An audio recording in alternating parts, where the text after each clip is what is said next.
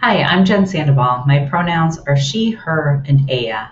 I am a professor, consultant, and speaker on communicating effectively across difference and difficulty. Today, I'm going to talk just for a few brief moments about shifting our perspective from being an ally to moving towards becoming an accomplice. This is an important shift in understanding how to do anti-racist work, how to do work around the abolition of gender norms and binary understandings of identity so that we can continue to create space of belonging for everyone in our working and learning environments. Oftentimes, when we talk about allyship, people think that it's just helping out a little bit here and there. Maybe it's wearing a t-shirt or a bumper sticker that reflects a perspective or ideology that says, oh, I believe in supporting this. I'm an ally. But oftentimes that centers allyship as an identity, and it absolutely should not be thought of in that way. In order to be an effective ally, we have to move from places of guilt to a place of responsibility and look at the ways in which we may have embodied or positional privilege that allow us to put ourselves on the line and take action against oppression, discrimination, and marginalization of folks around us. So when we talk about this shift from allyship to being an accomplice, that's one of the key differences.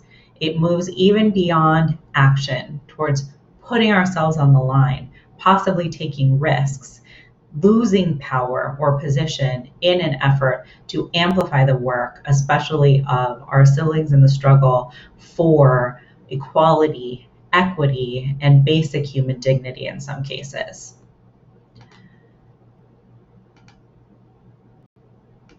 A great example of really taking the position of accomplice seriously has been protesters who will physically put themselves in between the police and people who are protesting really important issues and conditions that are affecting the LGBTQ plus community, the BIPOC community, and specifically Black folks. And for the movement for Black Lives, we've seen a lot of white people come into those spaces and be willing to say, I will stand between the threat and the people who are working to change that threat. Because in this example, Reverend Pamela Anderson understood that as a white woman, she had a lot of privilege to not be seen as a threat herself in her own body, and that she could help to diffuse confrontation and hold that space.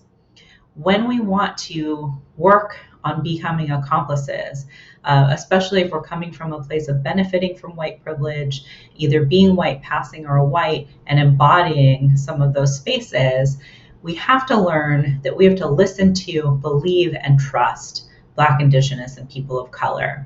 And then ensure that you're not actually relying on the labor of those folks. Dismantling racism is not the work of people of color. Dismantling sexism is not the work of women and femmes, right? Dismantling homophobia shouldn't be the work of LGBTQ folks, right? And dismantling transphobia shouldn't have to be the work of trans folks and non-binary folks. This should be the work of privilege. These are the systems that those of us with more privilege benefit from, or created, or both.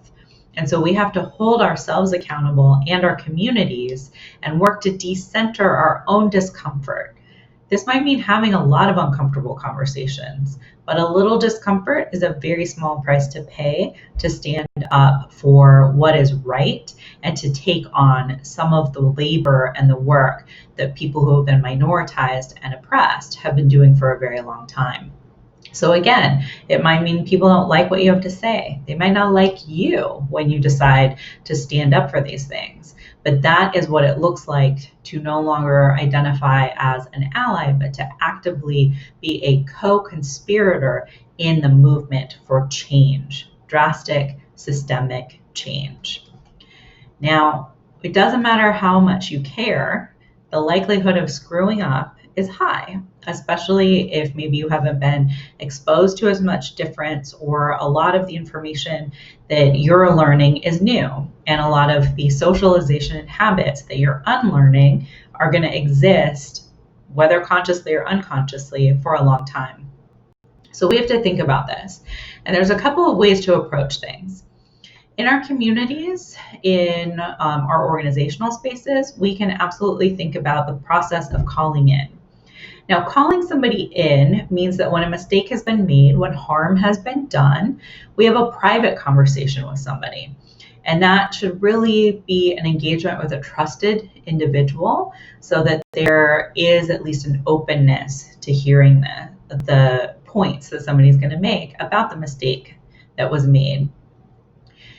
This could be a really positive learning opportunity for somebody who made the error, but it can be counterproductive because it's private. Others who may need to see that something's being done about the mistake, about the harm, shielding this person from the consequences of that, and then not being vocal enough about it, especially in a workspace, a learning space, can change that climate and can certainly make people who are the target of that mistake feel like this is not a space that is safe for them, and it will cause them to have less trust in you and leaders around them. So the alternative is calling out, right, which is a public correction of something. This can be really important and necessary if people are using really harmful language in a classroom, if in a meeting there is a real problem in terms of how somebody is referring to an identity or lived experience. Identifying that mistake can be done in a compassionate way. Nobody learns really well from being yelled at, and it might be embarrassing. And it might even be humiliating for some folks who are sensitive to that. But it can be really valuable for the overall climate and culture, especially for leaders, to step up and say, listen, this is not going to be tolerated. We do want opportunities to learn, but that's unacceptable. And so we want to have this corrective moment. We want to have a corrective experience, and we want to all learn together so that this doesn't happen again. It can, however, be alienating for the person who made a mistake. So sometimes it can be difficult to make some choices about what to do, but you should always consider what the issue is at hand, what your relationship is to the person who's made the mistake, and what the larger context is that this is occurring. Now, oftentimes when we talk about this, we're thinking about it externally, right? Someone else is making a mistake. What if it's us? What if we're the ones making the mistake? And then what if we're the ones being called out? Well, we have to figure out how we're going to respond to that call. And so there's an acronym that a lot of people in social justice work use, and it is CLAIM. And so it is center yourself, listen, acknowledge, inquire, and move forward. So that should help you remember it. But let's talk a little bit about what this means. Most of us are not the very best versions of ourselves when we find ourselves in a situation that has a potential for conflict, or where we're feeling defensive about somebody calling us out. And we want to really highlight our intentions, and we want to argue against it and say, that's not what happened, that's not what I meant. In order to avoid being reactionary, we can physically engage in some centering behavior. It might mean taking a really deep breath. I mean, asking for a minute, having a moment of reflection and silence, right? But doing whatever works for you to find your center and find more of a space of calm, even if you're not completely composed. And then we have to listen, right? We have to be open to the information that's being presented to us. Someone has taken the time to explain to us the mistake that we've made. And oftentimes that's being done from a space of love. It might be critical love, but that can be a really important reaching out for our own growth. And then we have to take responsibility. And so that means acknowledging the harm that we caused and apologizing, but not a bad apology, right? I'm sorry you feel, okay, is not taking responsibility for our action. We need to be sorry that we caused harm. Doesn't matter what we meant to do, that's what happened. And we can still be very sorry about that and acknowledge and validate that that was the experience of the other person. Then we want to consider maybe if there's more learning that we need to do, right? Oftentimes this could be a short explanation if you're being called out. If you're being called in, there might be more opportunity for some discussion.